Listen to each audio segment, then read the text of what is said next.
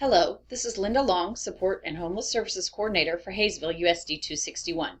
This quick video is intended to give you updated information on how to best identify and serve students who are considered homeless under federal McKinney-Vento law and also a new provision in the law that assists foster care students.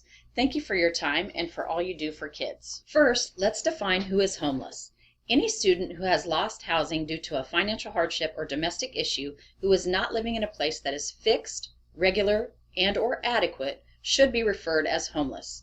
Students who leave housing with parents or guardians or who are asked to leave by parents or guardians should also be referred because in many cases they also qualify under the law.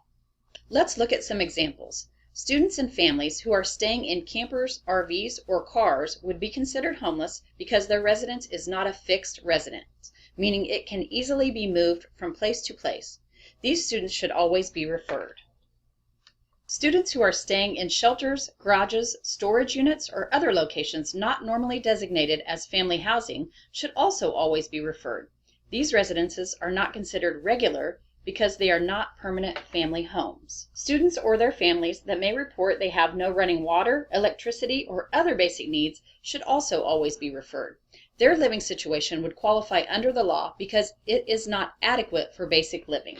Let's quickly look at how these students might be identified. Some situations are easier to identify.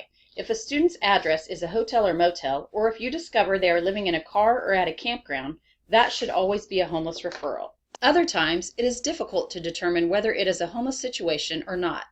Many of our students' families find themselves staying with friends or relatives due to financial hardship or loss of their own housing for other reasons. They may not openly share this, so it is difficult to discover. Another difficult one that is common is when a youth leaves their primary residence with parents, whether it is their own choice or a forced move. Also fairly common is a bug infestation, which is severe enough to cause the student problems at school. This may take some time and a good relationship to discover. Another is a water or utility shutoff, where the family tries to remain in the home even without the needed resources. So let's look at the referral process. First, you suspect or have been given information that lets you know they may qualify homeless. Next, then, you fill out the McKinney-Vento homeless referral form, which you can get from your school office with at least the basic info I will need to make a verification phone call. Then fax, email, or interoffice mail the form to me at HMS. My contact information will be at the end of this video. It is important to always call or email quickly if there are any immediate needs or services the student needs to remove any school barriers as quickly as possible, as it is required by the law. Many times students miss school due to lack of resources or transportation, things that are easily fixed by me after I have received a referral.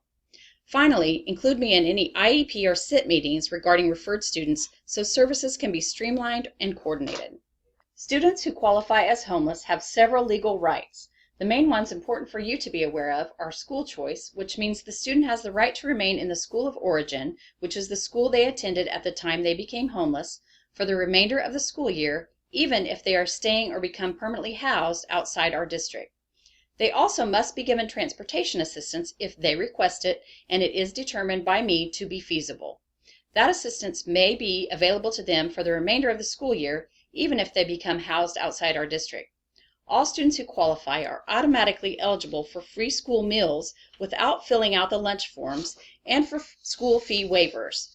Finally, students in homeless situations cannot and should not be asked to provide proof of residence before enrollment or at any time, and also must be immediately enrolled even without records from previous schools or SHOT records.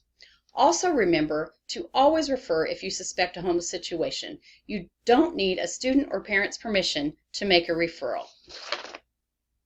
Now let's look at foster care student rights. The Every Student Succeeds Act, which is a federal law, reauthorized the Elementary and Secondary Education Act in 2015. All public schools are encouraged to designate a foster care liaison. The role of the foster care liaison is to partner with the placement agency and the foster family to be certain the foster children are kept in their school of origin whenever feasible, in much the same way as we work with homeless students. Any known foster care student should be referred using the foster care referral form, which is also available in your school office and sent to me in the same way as homeless referrals. This is Tate Tateman. I'm the State Coordinator for the Education of Homeless Children and Youth Program for the state of Kansas. I want to thank you very much for all that you do for the kids in the state of Kansas. In the near future, you will receive an email from Linda with this video and a quiz. Once you take this quiz, this will be evidence that you have received the awareness training that is mandated by federal law for the education of homeless children and youth training. This is my contact information. If you have questions, need more information, need referral forms, or any assistance, please contact me. Thank you for your attention and have a wonderful school year.